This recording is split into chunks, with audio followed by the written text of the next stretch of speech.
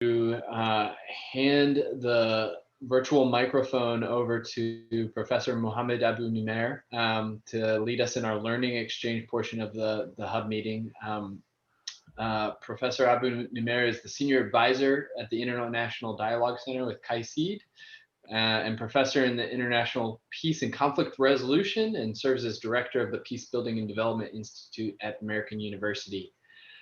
He's conducted interreligious conflict resolution training and interfaith dialogue workshops in conflict areas around the world. And in addition to his articles and publications, he's the co-founder and co-editor of the Journal of Peacebuilding and Development. And so just very excited to welcome you, Professor, to share with us today. So thank you. Thank you. Thank you. Thank you again for your invitation and for your introduction as well. I'm glad to be with you, and I think I've been part of the group, but I haven't been able to attend except one meeting, but I know KAICIID is part of this, and I see my colleague Khalid Ihsan is also with you. You hear me, right? Yes, we are hearing you. Yeah, terrible, thank you. But I'm glad to be on board, and also it's exciting to be part of this launching, and I think it's a great initiative to start the work of the meal with such publication, combining the case studies or the change stories or success stories of change as described by Jennifer. So thank you again. My understanding is that for us to have about half an hour, but I see that we have only 18 minutes before your conversation end, or the time allocated, but I will adjust my presentation, and I hope we can have some time for back and forth. The group is small, which I think it should give us some chance to debate or to challenge some of the points that I'm gonna put forward for you. I just let me know if you see the screen as well. Yes, we can see the screen, and I also neglected to mention that as we transition to the learning exchange, we're recording this so that we can put this on the website and share with those that weren't able to make it. So just wanted others to be aware of that. And Professor, we're seeing the presenter view, not the slideshow itself, but the presenter view. So let me see. Are you seeing the slide itself or no? We're seeing the slide as well as the next slide with any notes that you have. I don't have any notes. That's okay. That's the second one. But the question, if you can read it and it's clear. Can read it, yes. Okay. Again, I'm not gonna spend lots of time on the different definitions or in general. But I'll do a quick review. Actually, I'm interested more in the challenges and unique part of it. But in general, Michelle and myself, Michelle Gerard, did a book on making peace with faith. And we were trying to do the discussion: is interreligious peacebuilding and interfaith evaluation or field in general is different from other fields? And and the basic definition of it. It's so here what I think with working level definition. So faith-based peacebuilding, which is the focus of the conversation, believe in a form of spiritual reality or a dimension that transcends the material world, and that belief can have a profound effect on the way that they do peacebuilding.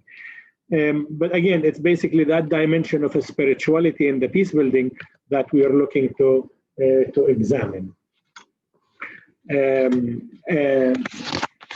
What makes peacebuilding unique? Because we're dealing with evaluation. So if the thing that we are evaluating unique, then we have to adjust our work as well. And here's some speculation or maybe characterization of this. One is that the peace-building religion, when it involves faith, people attribute, when you talk to them involved in it, they can attribute that the God caused the conflict, or that there are secondary earthly things, and there are also things that are non-earthly, that you cannot really, the perception of the role of the conflict is not related always to these earthly causes that we are in social science or secular methodologies deal with it. Spirituality is very essential for interreligious peace building.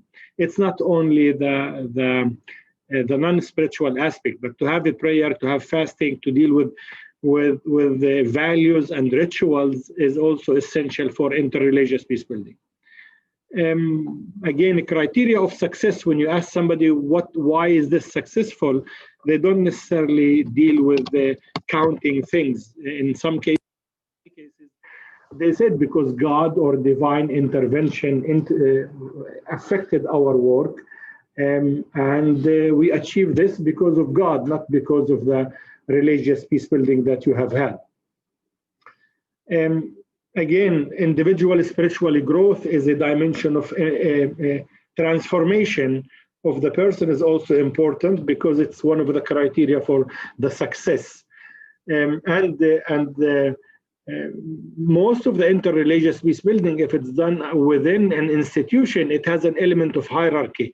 The hierarchical system is strong, and the bishop, the imam, the rabbi, or the Buddhist priest, they can actually determine and decide the evaluation, the meaning of success in this evaluation. And we need to take that contextual, as Jennifer was talking about the context in your publication, that context need to be taken into consideration. I've had hard time and difficulty convincing people why we need monitoring, evaluation, and interreligious peace building. But I mean, it's typical. I don't think it's different from any other non-faith, non-peace building in that sense.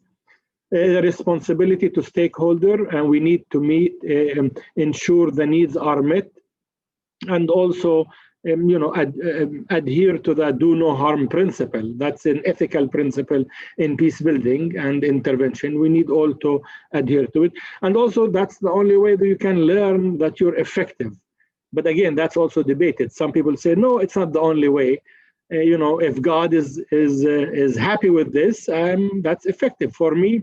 If I'm good in my faith, I'm good with my establishment, the religious one, it's fine. I don't need your numbers and charts and pie charts and all these so-called evidence that you bring to the table to convince me, because you adjust those evidence and those surveys and statistics according to what you want.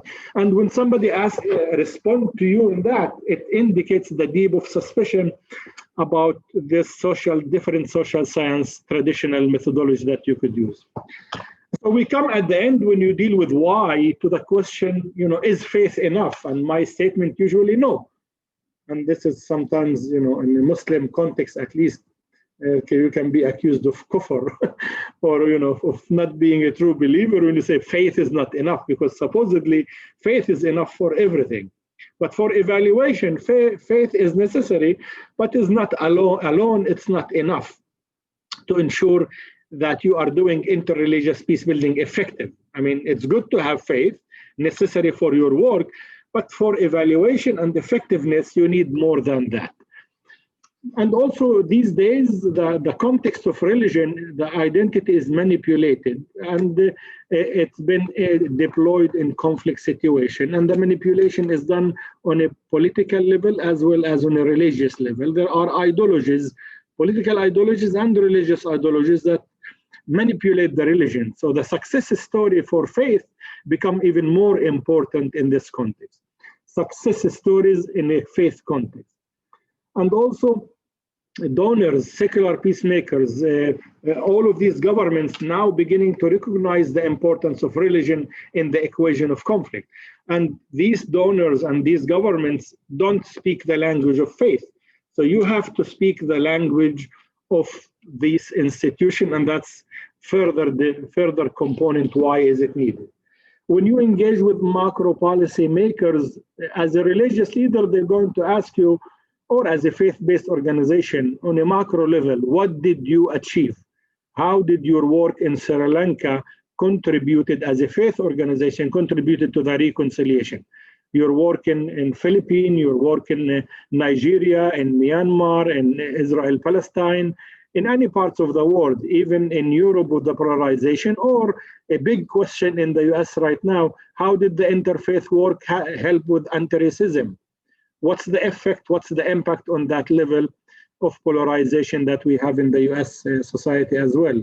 So the challenge in communicating the message of importance of to the policymaker relies on this importance of this evaluation. And those are typical, usually three: influence the policy donors, persuade the public that religious identity is not the source of violence and exclusion. In number two, we have major problem in interreligious peacebuilding. The public thinks that religion is the problem. Many of those think that even it's articulated, whether media or policy. So you need to provide certain evidence. You need to provide a proof that this is not about religion. And religious identity can transcend that.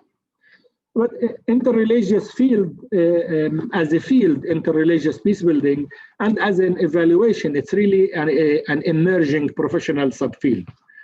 You have all the development relief field of evaluation, and that's fairly advanced.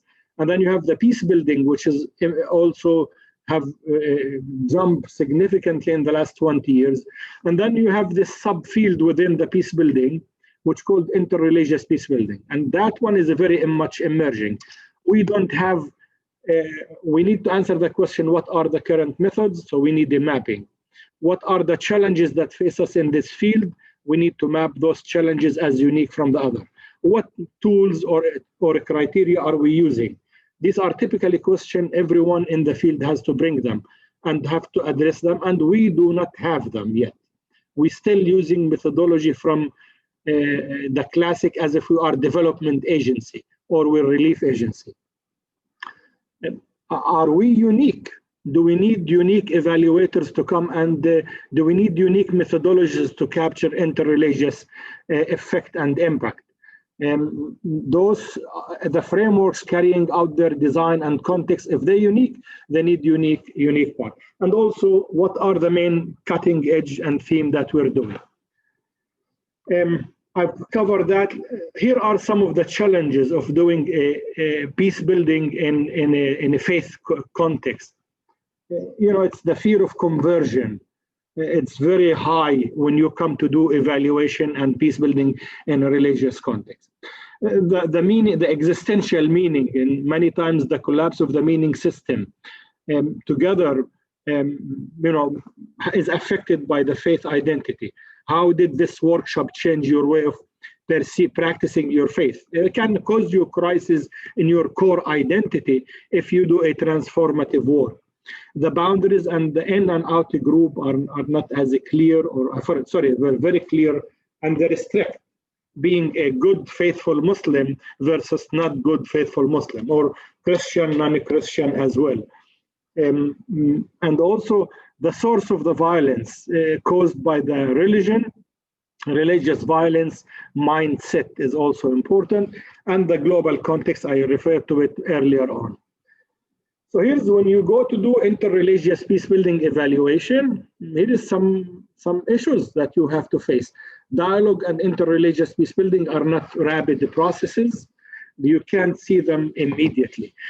The skepticism that I spoke about it, the evaluator practice and use traditional peacebuilding projects and are not always good to fit for interreligious peacebuilding. Instrumentalization of the religion is also there. Sometimes you overemphasize religion, sometimes you underplay religion as an evaluator. And you really have to think about this as an evaluator from the beginning. how do you get the proper, relevant framing of this? When I do M&E in this field of interreligious peacebuilding, or when I done that in the past few years, I see that we need more case study harvesting. So I was very much happy to see that you went for stories of change rather than other methodology in that sense. We really need to emphasize the use of the baseline from the traditional evaluation as well. Many in the field oppose that. Women in many of the interreligious peacebuilding are not visible in the leadership or in the hierarchy, and you need to special effort to access that. You need a greater number of innovative models in order to look at this, rather than the traditional methods of which is number 6, classic and traditional tools of evaluation: survey, report, desk review, quantitative analysis. These are, in my view, limited, and they are good for certain cases, but they are not going to cut the story to capture the spiritual role in the interfaith peacebuilding. For that, you need a different methodologies of data collection, different space, different mindset. Number 5 maybe is the most provocative. I don't think, and this, some people disagree with me on this, I don't think you can have a typical evaluation secularly administered without dimension of spirituality among the evaluators. I think you need to integrate spirituality in the evaluation design, in the team, and in all the tools that you have to use in order to gain a credibility and entry into interreligious evaluation. And also pay special attention, careful to the nuance of gaining entry. Many of the interreligious peacebuilding will give you entry, but it's not full entry. It's really qualified and it's really conditional. They let you in the living room, but you will never get in the kitchen or in the bedroom. You're not going to get there with your secular language. You have to be really super, in many ways, sensitive and the nuance about this. These are the words that I have. And again, this is a global context. Religion institutions are under attack, major questioning of the role. So evaluation of interreligious peacebuilding is no longer a secondary priority. I think JLI, Religion for Peace, KAICIID, all these URI, all these organizations have to take this issue more seriously and devise our own methodologies, our own approaches to evaluation as well.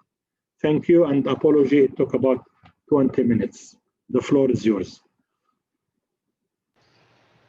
Thank you, Professor, for adjusting your content to the time and for sharing that. I was fiercely taking notes as you were talking. We have a couple of minutes if there are any questions from other participants.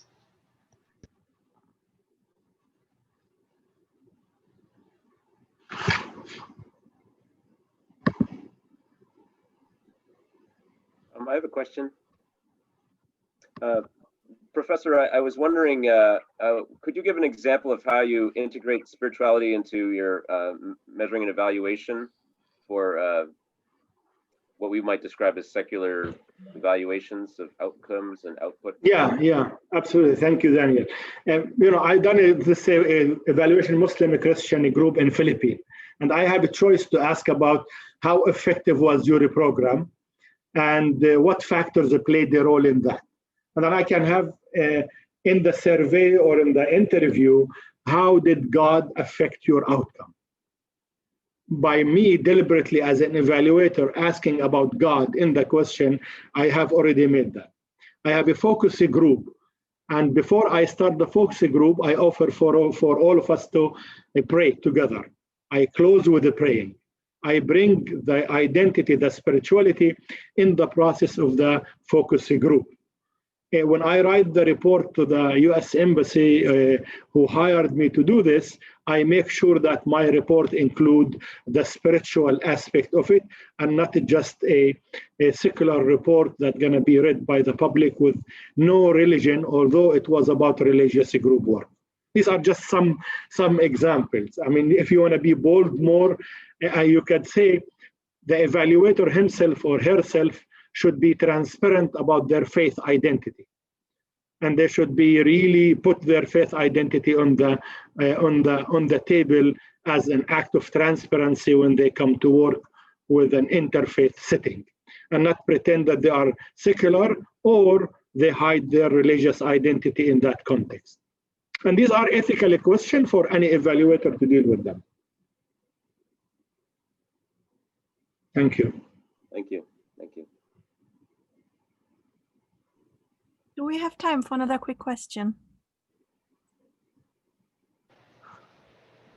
I will defer. Professor, do you have time for one more quick question? I do actually. Written in Nancy, I'm happy to spend another 10 minutes with you and I'd love to hear some reaction, not only a question, but what do you think of this? Some people argue it's radical. I've been writing a book since 2012 on this division in the field of peace building, the evaluation. Go ahead, Jennifer, though. Yeah, thank you so much. Well, for presenting and for also going over time just to answer our questions. Really appreciate it. I have a background in gender studies and gender work. So I was intrigued by what you put on the slides about that it can be more difficult to access women. And I noticed from my own work, and I was wondering if there is any work on gender, faith, and evaluation of peace building activities. That's a very good question. I conducted about 41 interviews with international evaluators almost 10 years ago. And a number of them were women that I talked to them about their role and gender and how they access faith. But I haven't seen research that examine gender, evaluation, peace building, and religion.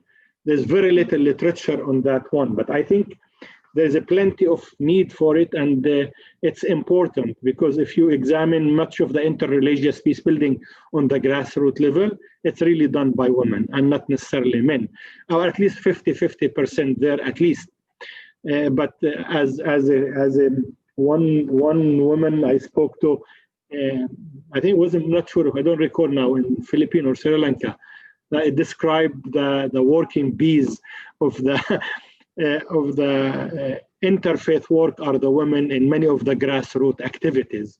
Yet when it comes to the formal hierarchy and for evaluation, there is not much written about this. But that's a good thesis. That's a good dissertation. Another PhD. Oh my God. I'm not sure I'm ready for that. Thank you so much for your answer. Thank you. Thank you. And Michelle, you want to say what you want to do? What you written? Sure. Yeah, I'm just loving all the content. And one of the topics I'd love to dig a bit deeper on and ask your perspective is around evaluator identity. I'm curious if you think that there could be a place for evaluators who are non-religious or don't belong to one of the major faith traditions in evaluating interreligious work if they disclose openly their own position and if they are reflective and if they're modeling acceptance and respect towards faith-based work. I do think the answer is yes, personally, but it's a delicate balance. The person who comes to mind, particularly for me, is Ricardo Wilson Grau, who came to the table a few years ago saying, I'm a non-theist.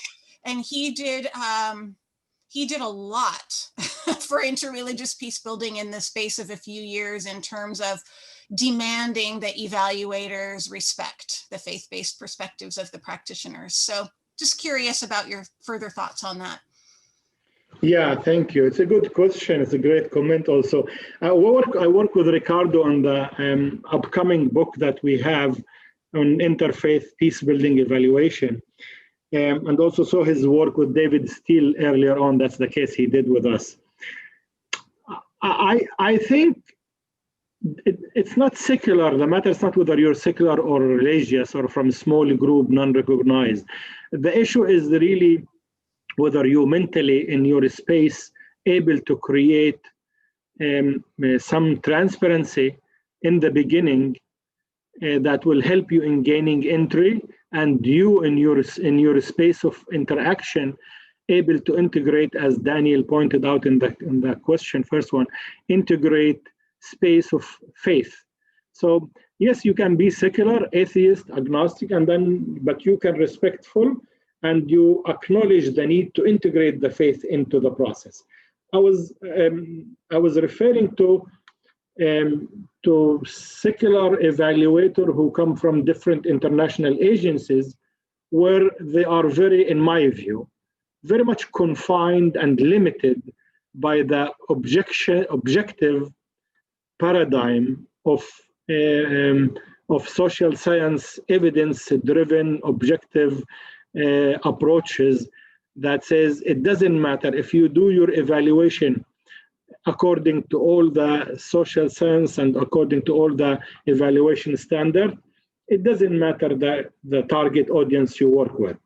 And as I told you, the field was divided. I had about 19 who supported that, and I had about 22 who said, no, your faith identity has to be put on the table, transparent, and you have to integrate it into this. So it's a matter of identity and a matter of what you use as a tool, whether you integrate it into the tool. And I'm putting on the table not only to be transparent and make the space to discuss this faith identity that you have or you don't have, it doesn't matter. But I'm saying in the process of evaluation itself, in our field, you have to put on the table space, tools, mechanism that honor the needs of the evaluees for their spiritual identities. And if you don't do that, I think there is a corner of the project you will never get to see. Thank you.